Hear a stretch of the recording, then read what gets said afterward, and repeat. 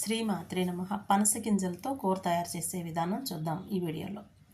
పనస గింజలు తినబోయే ముందరే గింజలన్నీ పక్కన పెట్టేసుకోవాలి, ఎంగిల్ తగలకుండా.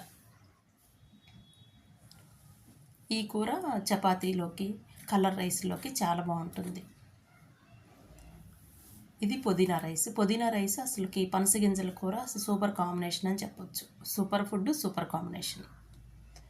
పనస గింజలు మేము తీసుకున్న పనసకాయ కొంచెం లేతగా ఉంది, అందుకని గింజలు ఈ విధంగా ఉన్నాయి. లేకుంటే ఇంకొంచెం పెద్దగా కూడా ఉంటాయి గింజలు. ఈ గింజలు కొంచెం పచ్చిగా ఉన్నప్పుడు వెంటనే ఉడుకుతాయి, లేదా బాగా ఎండిన తర్వాత కూడా వెంటనే ఉడుకుతాయి.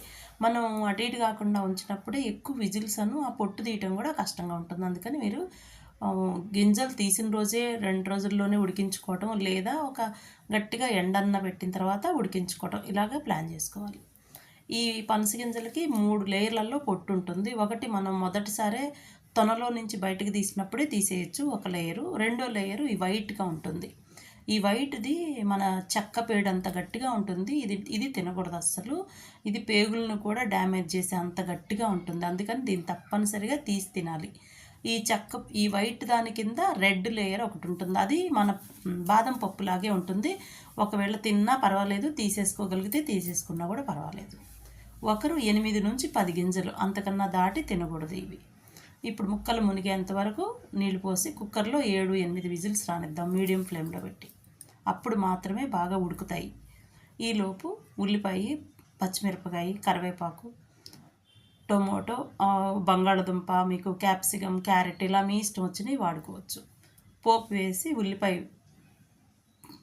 వేసి కొంచెం పసుపు వేసేసి ఉల్లిపాయ బాగా వేగాక అల్లం వెల్లుల్లి పేస్ట్ నార్మల్ మన కర్రీస్కి ఎలాగా మనం ప్లాన్ చేసుకుంటామో అలాగే వేగాలి. ఉల్లిపాయలు సన్నగా కట్ చేయాలి, లేదు అన్న మిక్సీకి వేసేసుకున్నా కూడా చాలా గ్రేవీగా వస్తుంది, కర్రీ బాగుంటుంది. అల్లం వెల్లుల్లి పేస్టు కొంచెం మగ్గాక తర్వాత టమాటాని కూడా మిక్సీకి వేయచ్చు, లేదంటే సన్నగా కట్ చేసి వేసుకోవాలి. ఈ గింజలు కూడా మనకు ఒలిచిన తర్వాత కట్ చేసి అయినా వేసుకోవచ్చు, లేదా గింజలుగా వేసుకోవచ్చు. మేమైతే రోటీస్లోకి అయితే కట్ చేసి వేస్తాము, రైస్లోకి అయితే కనుక గింజలుగా వేసేస్తాము. ఇదిగోండి, ఉల్లిపాయ వేగాక ఉల్లిపాయ, అల్లం వెల్లుల్లి పేస్ట్ వేగాక టమాటా కూడా వేసాము. ఇదంతా మగ్గిపోయేంత వరకు మనం ఈలోపు ఆ గింజలు కుక్కర్లో నుంచి తీసి పొట్టు తీద్దాం. అది టైం పడుతుంది, గింజలు కొంచెం జారిపోతూ ఉంటాయి పొట్టు తీయడానికి. ఇదిగోండి, 7 విజిల్స్ వచ్చాక ఈ విధంగా ఉంది. మనకి ఉడికినవి అని అనడానికి గుర్తు ఏంటంటే లేయర్ లాగా ఓపెన్ అవుతుంది. అదిగోండి, ఇది ఆ లేయర్ ఓపెన్ అయితేనే మనకు అది తిన్నా అరుగుతుంది, లేకపోతే స్ట్రాంగ్ ఫుడ్ కదా, ఇబ్బంది పడతారు, పొట్టలో నొప్పి వస్తుంది.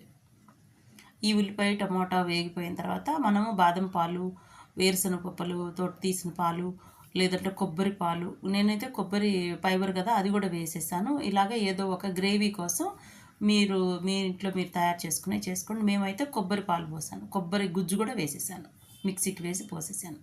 అది ఉడుకుతున్న ఈలోపు మనం ఈ గింజలన్నిటికీ ఈ లేయర్, ఇదిగోండి పేడు లాంటి పొట్టు ఉంది కదా, ఇది తప్పనిసరిగా తీయాలి. తీయడం ఈజీగా ఉంటుంది, బాగా ఉడికితే మాత్రమే ఈజీ అవుతుంది. ఉడకని గింజలకి కొన్నిటికి రాదు, కొంచెం చాకు సహాయంతో తీసుకోవాలి, స్పూన్ కానీ ఫోర్క్ కానీ సహాయంతో తీయాలి. ఒక్క పనస గింజ మనకి 4-5 బాదం పప్పులతో సమానం, అంత ప్రోటీన్ ఉంటుంది దీంట్లో. ఈ ఉడికించిన తర్వాత ఆ గింజలంతా పొట్టు తీసాం కదా, ఈ ఉడికిన గ్రేవీలో ఈ ముక్కలు ఆ గింజలుగానైనా వేసుకోవచ్చు. నేను రైస్లోకని గింజలు వేసాను, లేదంటే 4 ముక్కలుగా 2 ముక్కలుగా అలా కట్ చేసి వేసేసుకుంటే సన్నగా ఆ ఉప్పు కారం అంతా ఈ గింజలకు పడుతుంది, చాలా టేస్ట్గా ఉంటుంది. ఇది శ్రీలంక లాంటి ప్రాంతాల్లో రెగ్యులర్గా, కేరళ, శ్రీలంక అటువైపు ఎక్కువగా తీసుకుంటారు ఈ ఫుడ్. హెల్దీ పీపుల్ ఎక్కువ ఉంటారు అటువైపు ఈ ఫుడ్ తీసుకుంటూ. Thank you all.